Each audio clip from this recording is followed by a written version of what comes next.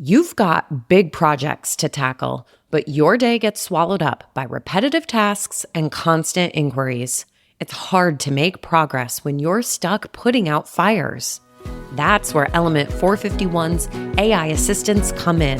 Acting like an extra set of hands, you get your time back for the high-impact projects. Ready to reclaim your time? Visit element451.com/AI team to learn more.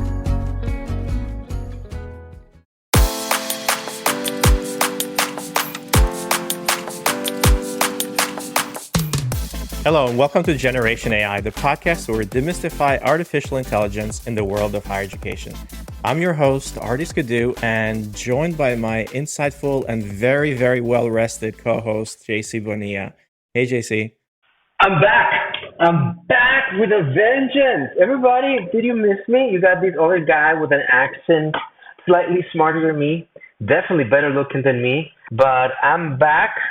Fully rested. My last day here in the Aegean coast of Turkey. So Artis and I are doing a bi-coastal, I don't know what you call this, bi-world region podcast. So excited to be with you all. I kind of miss you. I did a little bit of a digital detox, Artis. Do you know what a digital detox is? Artis, have you ever been without internet for more than 36 minutes? No, actually, I was itchy because my internet connection was not working here a couple of months ago. And guess what I did? I ended up buying a Starlink, one of the Elon Musk companies, like the satellite internet. I'm like, I can't deal with this. Is it that easy to connect? One of the features that people glorify is the ability to connect to a satellite link, and it's like a press a button type of thing. Is it true that easy to connect? Yeah, it's very easy, and as long you can bring it anywhere, as long as he has access to the sky, it's all good. Artie, I never thought of that, right? And then Udio and I have the running joke of the You should get hotspot. one. I know the hotspot. Everybody, so I do this cheap back, 1990 type of methodologies for connecting, and the hotspot is literally like burning.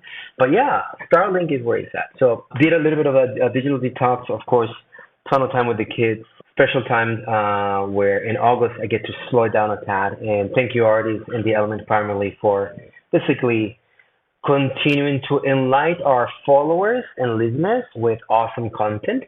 But here we are, right? We're in a back to school modality. I'm back to New York tomorrow, and then kids back in school in a few days. Artis, I know your kids are already in school because you follow a different academic calendar, but how are you preparing as you wrap up August? September is coming, and it's kind of like a cycle, right? Especially for the business. How are you preparing for September? Well, the fall is usually a very, very busy season for us. Most of our partners right now, they last week and this week is their first weeks of students in campus, so they're welcoming all their students in.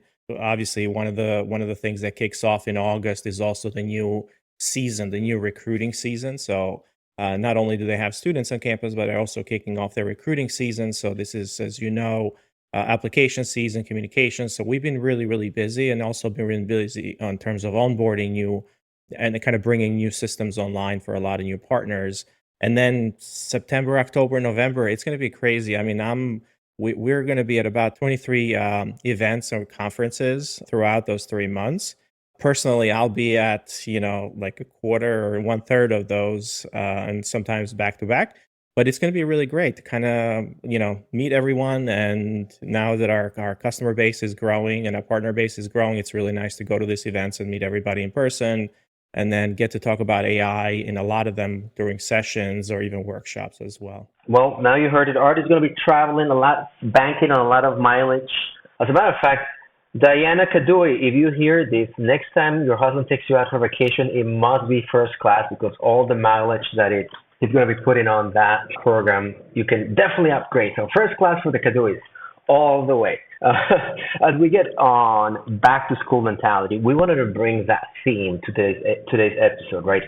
Educators that Artis and I are, and many of you listeners, it's September, it's always a vibe. We're kind of redoing it again, and we're coming back from planning seasons and whatnot. But as educators, we think that there's still an opportunity to educate ourselves inspired and help you navigate the ever-evolving world of AI. And the way we thought about that is referencing a fantastic body of research that our artist follows that in a way gives the top 100 generative AI consumer apps its ability, its location, difference between mobile and desk, and of course, changes that we see in utilization. So we got a little bit of the scoop, and what we're going to be doing is reviewing that, kind of giving you the student engagement application so you can boost your year.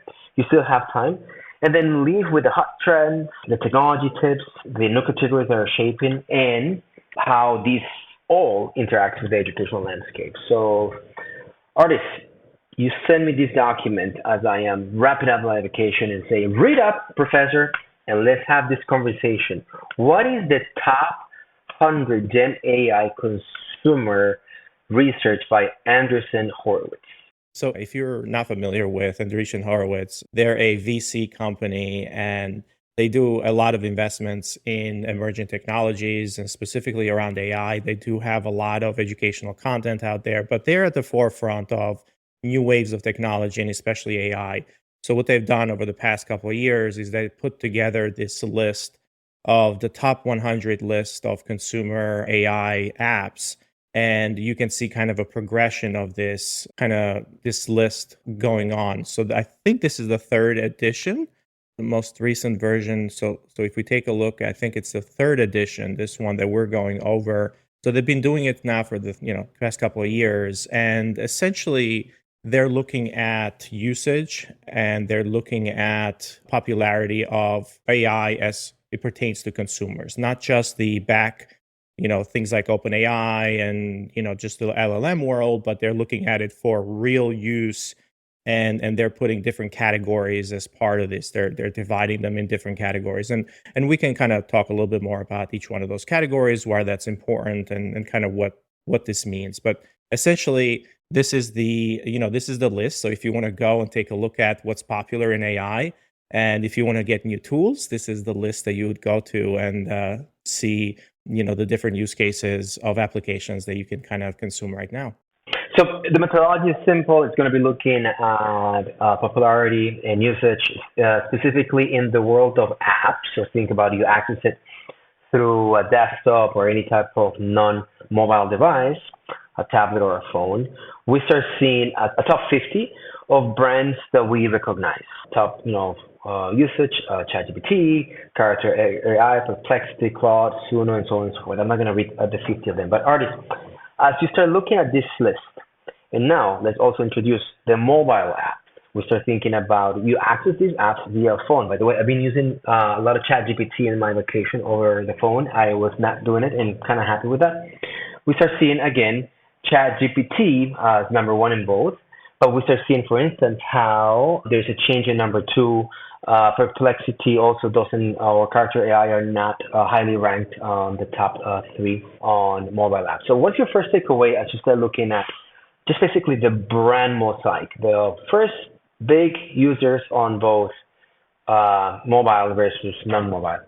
When you're looking at the mobile apps, I can see some of the apps in here that I use myself. ChatGPT is something that I use every single day on my phone and as an app. And then I see Perplexity in here as well as number 50 being used. So both of those two apps I use, I would say, every single day. But the rest of them, I either have not heard of them at all, or it's something that I don't use on my mobile device. I see Character AI in here. I see Photo Math, which is it's kind of talking about education. I didn't even realize that this was it's top 3 Photo Math. Apparently, it's for solving math problems, and you just take a photo of it, and it will just go through and kind of solve that for you and give you the reasoning behind it. Amazing! I got to try that with my kids for sure because they give me grief all the time. It's like, what do you know about this? But this is interesting. It's an interesting chart, and the top takeaway is that I don't recognize the majority of them in here. Yeah. And there seems to be some type of behavior how maybe people may approach mobile for the snap type of thing. So that's where photo math comes in, right? The multimodal aspect, I would say, right? And obviously the productivity, search, research, behavior probably emerging on web apps. Artist, before we go to the takeaways, there was this fantastic map of where this technology emerges, the idea of country of origin, right? So, and as we know, this is a heat map. Everybody imagine a country or a world map with dots and circles that experience, the higher density, which I see in the U.S. dominated, and specifically West Coast, having a gigantic contribution. But it's really interesting how there is a good representation of Europe and now Asia via China is starting to basically play this role. What makes you think when you see the global dominance of the U.S., but also the emerging regions not doing bad, right? Specifically, when you see this mobile map, it's very interesting that it's more dispersed than what we see on the web colors here. What say you, my friend, on the country of origin aspect of these AI applications? Yeah, I mean it's no surprise that you can see North America is the majority, and then in North America they break it down by different states. California, like you mentioned, is the top state in here. Surprisingly, Florida, there's a lot of ed tech or technology coming out of Florida and Miami area. Illinois, Massachusetts, and so on and so forth. And then Asia, when you look at it, it's obviously China being that main player there, as we know. But then again, Japan is really known for consumer technology, so bringing their technology to the consumers. Obviously, we've seen it with electronics and things like that back in the day, and now they really care a lot about that. They have some of the most open legislation, and essentially they have made copyright not inclusive as part of training LLM models, which I really, really love. And we're kind of facing some similar stuff here in the US. But then when you look at Europe, England is top there as well. So London, Germany, Italy, and surprisingly, France is down at the bottom, even though they are making a big push for being one of the areas where they'd like to dominate the EU or the global market in terms of AI. The applications component has not really come through there. So England is still that dominates, and it's really, really interesting to see that obviously Poland is in there as well. Very strong Eastern European developers and companies that are coming out of those countries for sure. Yeah, I mean, with the obvious of China, the U.S., now England, I would say, I was happily surprised to see Poland, also Italy. I think it's interesting to see that. From the Asia side, very, very happy to see Malaysia playing in here, and then the geographical distribution of the basically a non-bi-coastal play in the U.S. is welcome, right? So we see Florida, Idaho, Illinois playing in there. So very interesting. All right, artists, let's go into the takeaways. We've read the article, and there's 4 things that we want to come and have a conversation against, right? So the very first one is when we start looking at the change in brands. So think about ChatGPT was number 1 last year, gets placed again as number 1. The ups and downs tells us that when it comes to the use type, creative tools continue to dominate, right? But then the moves from the prior study to this one indicate that video music is on the rise. So really interestingly, this is basically the whole, I would say, 39 episodes that we've done have this color. We're always talking about applications, and it kind of takes us into creative use, music, video, but many, many other things are there in the top 50. But yeah, this is basically where we start seeing image, video, music, speech, and more is the dominance of this type of work. So what do you think about use types? Anything that speaks to you? I mean, we use on the creative tools. There's just so many tools that we use from the creative side, but it's really, really good to see some of the ones that are available in here in terms of things like Suno AI or Luma or the video generation components. So these tools are going to be very, very popular because a lot of the media that we do today is, of course, for social. So that's going to drive a lot of that adoption. Anything that's kind of going to be related to generating content for social is going to be, top of mind for a lot of folks, and it's going to gain a lot of popularity for sure. So as I look at this, video is a top dominant because traditionally it's been very expensive and very hard to do. So now you can kind of create video very easily. You can modify video. You can create synthetic audio very easily. So these apps were out of the reach, or this creation was out of the reach before, but now it's becoming more and more relevant. And these apps, no surprise, they're very popular. Some of the other ones that are, I won't say surprising, but are photo apps. And as these models get really good at training and superimposing kind of, I won't say the deep fakes, but essentially enhancing popularity, like those are coming in and becoming really popular as well. And of course, we've seen consumer apps that are like the Photoshops of the world, or even Canva, or everybody in the creative world now is using some kind of generative AI feature to enhance their products, either by enhancing already existing images or creating new images, like Midjourney. Or actually, Midjourney had a really great they released the other day where now you don't have to use Discord at all. And I think this is a huge unlock for a lot of people that before were a little afraid to use Midjourney and image generators, but now they can use Midjourney on their website. So I'm really excited about the creative world. This is a world where I live in quite a bit, and we live in quite a bit. And it's something that, I'm always fascinated by how far we've come, when it used to take us days and weeks to do some creative work around video, or to enhance it, or to do some visual effects. Now all of that stuff, even creating video from scratch, or even creating audio and so on and so forth from scratch, is just a matter of minutes, right? It's still not there, but we're come a long way. Hey, it's Mallory. Element 451 is hosting the AI Engage Summit on October 29th and 30th. This free virtual event brings together leaders, innovators, and many of your favorite Enrollify creators to explore AI's impact on student engagement, enrollment marketing, and institutional success. We're packing the schedule with real examples and case studies, so you leave knowing how to harness AI to drive meaningful change at your institution.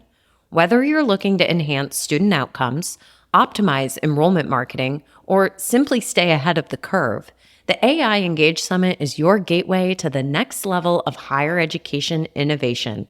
Registration is free. Visit element451.com to save your spot. Now, back to the show. But artists, that is the point that I want to end up with in this takeaway, that as an educator or as a higher education administrator, as a professional who maybe my degree tells me I'm not a graphic designer, today, if I am not doing this, I'm really missing the opportunity to start basically prioritizing some of the creative work that I have and taking it to the next level. Specifically, think about the application Luma that you just mentioned, right? So what I do is I just bring my text, in this case, an assignment that I work with, and then it gives you the really nice, incredible, realistic videos. And my assignments right now are not plain text, are actually visualized as me, a talking head or an avatar. And it's a really wonderful improvement on experience for students, and many, many more things that need to happen. What I'm looking forward as an educator this year, call it New Year academic year resolution, is that when I'm traveling and I have to switch to online or virtual, I'm going to be doing mini lessons. And it's basically because I have the scripts, or I can complement by script building.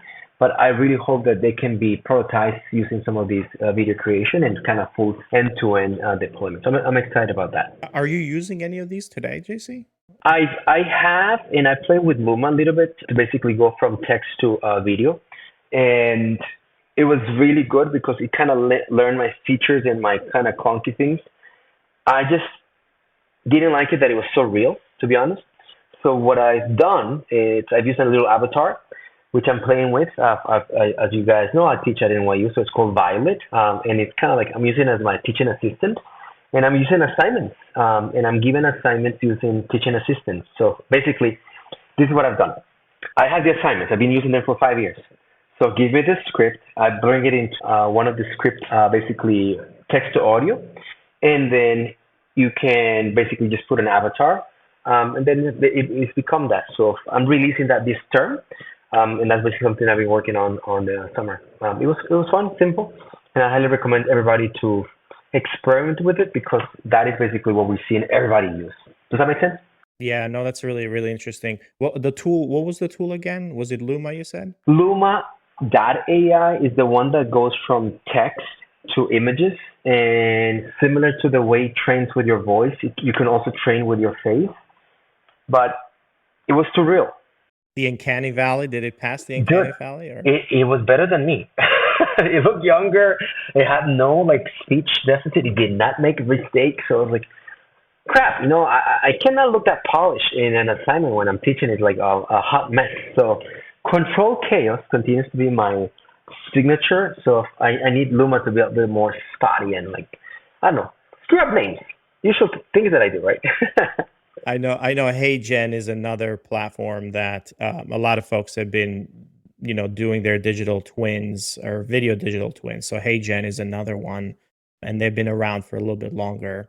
But this idea that 52% of the companies on the web list are focused on content generation, editing, cross-media modalities, and then actually 12 of the new entrants, or 58% of the, are just creative tools, right? So we're seeing the adoption and the use cases of these Gen AI tools in the creative world more and more and more and more.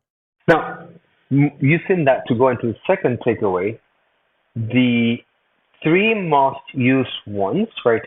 ChatGPT number one, Perplexity, making a jump to number three, then Claude, are not typical creative tools, right? They kind of full body. They can give you some ideas for creative, you can brainstorm, but they're more, I would say, full stack of creative solutions to coding and whatnot. So it's really interesting that when you look at technology dominance, we start seeing our typical ChatGPT dominating, but Perplexity and Claude, which we've been talking about in the past episodes, coming and making strong showcases.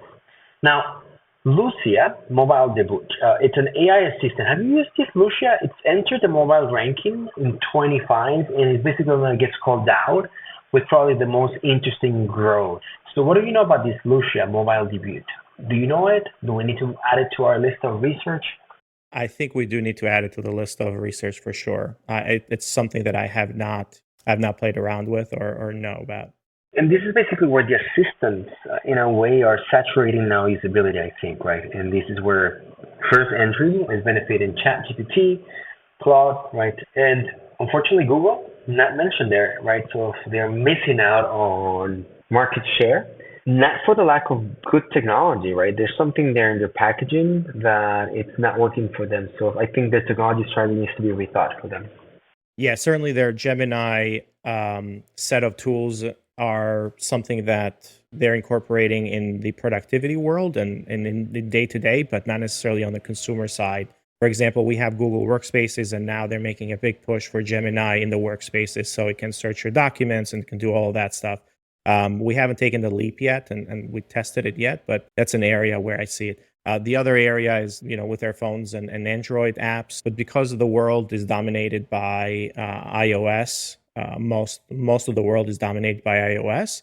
Of course, a lot of folks will probably give us some grief for saying that. They're our Android friends, but it's really, really hard to kind of jump through use cases and the popularity really fast if you're not iOS centric on the mobile side, and then of course the dominant on some of these new entrants doing creative things rather than Google focusing mostly on how do we mass produce this thing, right? So it's not the most exciting stuff that they're putting out. Correct.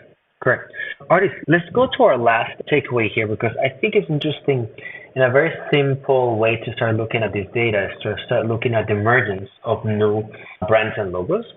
And the study basically brands these new logos into two new categories, which I find to be very interesting. So what they're telling us is that there's new categories that are emerging: aesthetics and dating. So generative AI helping us in basically look and feel. Applications like Look Max AI ranked at 43, I'm sorry, in UMax as new entrants. What do? You can post a picture, and they, I guess, with rating and tips and subscription modes and all that kind of stuff, they can improve your attractiveness. What does that mean? Is it fashion recommendations? Is it product things? I'm not really sure how it gets demonstrated, but a picture, me, JC, can move up in attractiveness level, and that's basically what these applications are designed to do. And they have the membership subscription model indicating that it's something that's probably on the go. So my assumption is that they're going to be connected to an ecosystem of products, from fashion to, I don't know, derma to whatnot. But it's fascinating. Have you seen any of these in aesthetics before we go into the dating world? I have not, and I found this whole list.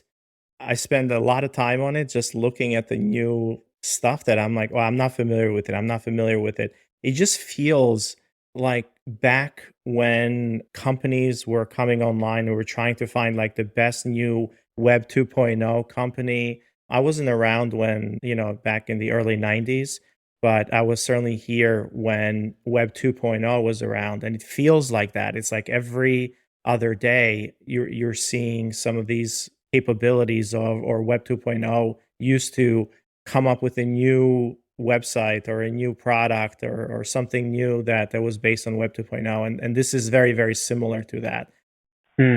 So as I start looking into LookMax and then kind of how it works, it makes sense, but it's starting to basically deploy this idea of using an AI coach to help the journey of a person in more attractive and healthy. So it basically holistic, right? So from fashion, they can also do mental health, confidence. In a way, will take you to a whole program of, hey, JC, how do you fix your wrinkles? But also your alter ego and your daddy issues and your husband issues. And while you're at it, artists think you're a jerk. So let's fix that for you as well. So it's a really interesting application. Are you saying that UMax is essentially trying to figure out, hey, how do you become a better person, or keeping track of your health, or so it's like an all-around coach? Yeah, I mean, and this is where I'm going to go on a limb here, right? It's AI assistants do this. I can come and have a whole conversation, an in-depth conversation about attractiveness, the concept of attractiveness with ChatGPT. I don't need a branded product, right? But the prompt needs to be designed in such a way that I kind of give somebody what I am looking for. So what I think is happening here, right, is that they are figuring out there's a usability of ChatGPT specifically for mindfulness, like how I become a more centered human and a better quality of human. There's an aspect of basically advice on coaching, diet, and things like. There's a lot of applications. What I think is happening is the prioritization of a subset of use cases that are well supported on ChatGPTs of the world type of thing, right? And it's, as you know, right, you can start creating agents and functions in racks that just basically are smaller and just go there. And you probably will not ask these applications, give me an itinerary for, I don't know, when I'm in Paris, which you did in ChatGPT, or what I was doing the other day is like, can you write this email for me, right? Those type of things probably are out of scope. Interesting. So in this case, I think this is a little bit more vanity. It's like, hey, what do you look like? What do you look like as a 10 out of 10? So, as we start thinking about our dating apps and everything, so JC, it sounds like you might need this app. No, yeah, of course, because I'm not a vain person. I'm all about living the present in its fullest. Yeah, look, I met people who actually spend money on coaches for basically how I manage my presence. That goes from attire to how do I talk, how I become meaningful. It has all those elements. So I don't think it's that only vain, but it has all manifestations.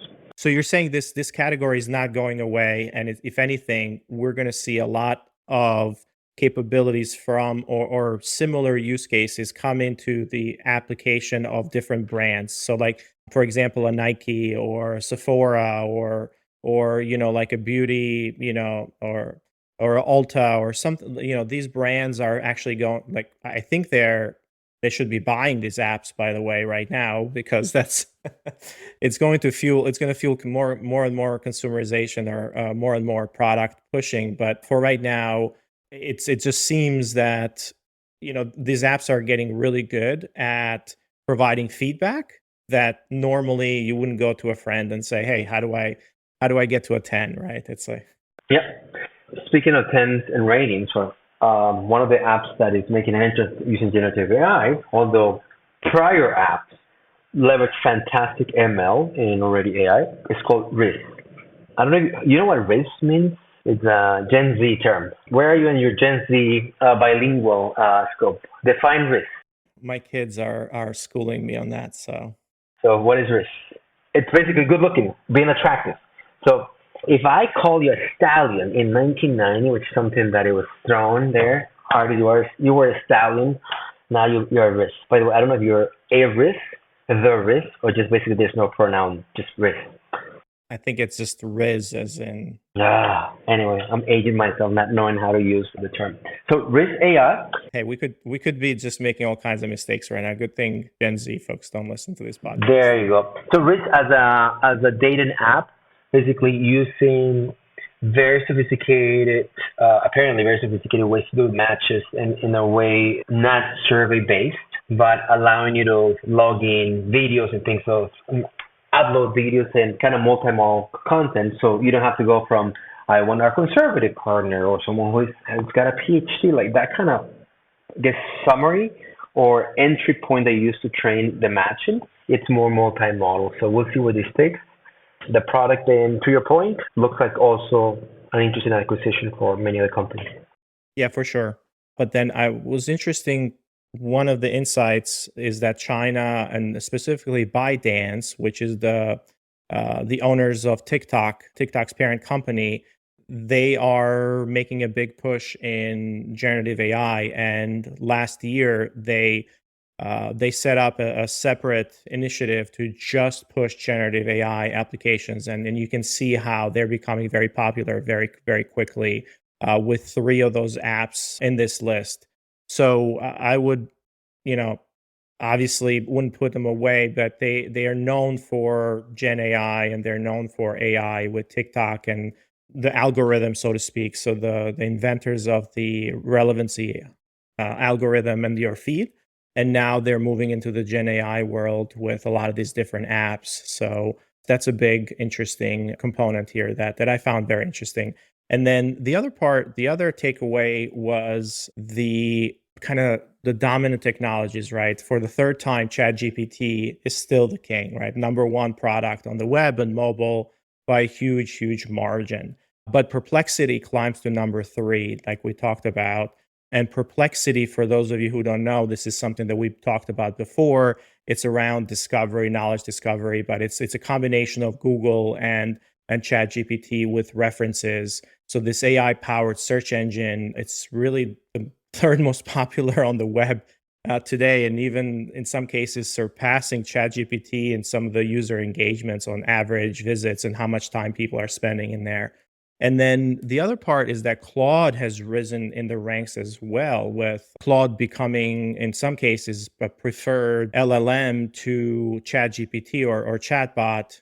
So it's introduced a lot of new great features with its launch, introduced artifacts, which we talked a little bit about a few episodes ago. So we've kind of transitioned a little bit of our usage, and I see it for myself, to Claude. So the idea of what LLM is the most powerful, JC, in terms of the wrap up as we wrap this episode up, like that ability has, I see that not becoming a big factor of what tool you're using today. And now we're transforming, or we are transitioning, at least the way that I see it, to not necessarily the technology that's powering these tools, but we are moving to a place where AI is in the context of an application. So applications and how do you build applications of AI is becoming more important than the underlying technology that's powering those applications.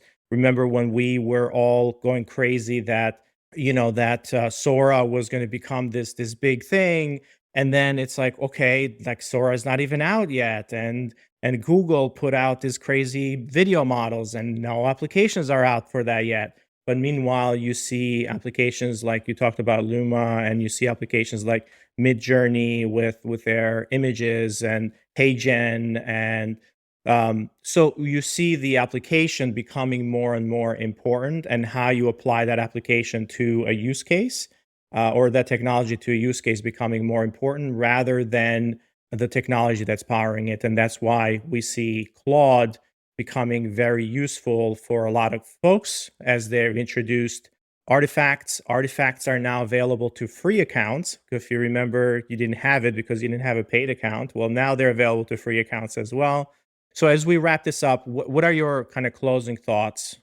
Two, right? What you just mentioned resonates so much with me, the idea that the underlying technology remains, but the application emerges as a stronger contender. I think that's a beautiful point. So I just wanted to recap that. Number two, curiosity and staying ahead of the curve continues to be one of the most relevant, I want to use your word relevant that you gave to TikTok, one of the most relevant differential personal traits that you can have. And as artists and I went through this, and we are advanced users, knowing that out of these 50, we don't know 80% of them, we don't have that depth, it's a really important journey for all of us. So what is my last takeaway? Everybody, stay curious, stay informed, have fun at it, and try to bring it into your academic classroom experience and your professional experience. And doing this is just basically jumping in, right? There's no way to do it. But the fun thing is that it's becoming easier, productized, and because it's living at the application level, it's easy to jump in. It's easy to jump in. So that's basically my last takeaway. Jump in, everybody. Stay curious and make the most out of these fantastic apps. Absolutely. Thank you, JC, for kind of that wrap up. And as we get into the new academic year, good luck with the starting of the semester. If you have kids that are going to school, good luck with that. Or if you're teaching, we wish you all the best, and don't penalize students for using AI.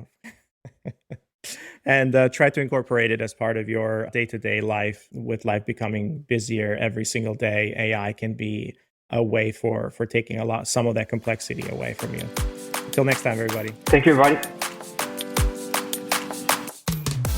Generation AI is part of the Enrollify podcast network. If you like this podcast, chances are you're going to like other Enrollify shows too. Our podcast network is growing weekly, and we've got a wide range of marketing, enrollment, and higher ed technology shows that are jam-packed with stories, ideas, and frameworks, all designed to empower you to be a better higher ed professional. Our shows help higher ed leaders and professionals like you find their next big idea. They feature a selection of the industry's best as your hosts, like Jamie Hunt, Seth Odell, Jenny Lee Fowler, Brian Gross, and many of your favorite leaders in higher ed. Enrollify is made possible by Element 451, the next generation AI student engagement platform that's helping institutions all over the country create meaningful, personalized, and engaging connections with their prospects and students. Learn more at element451.com.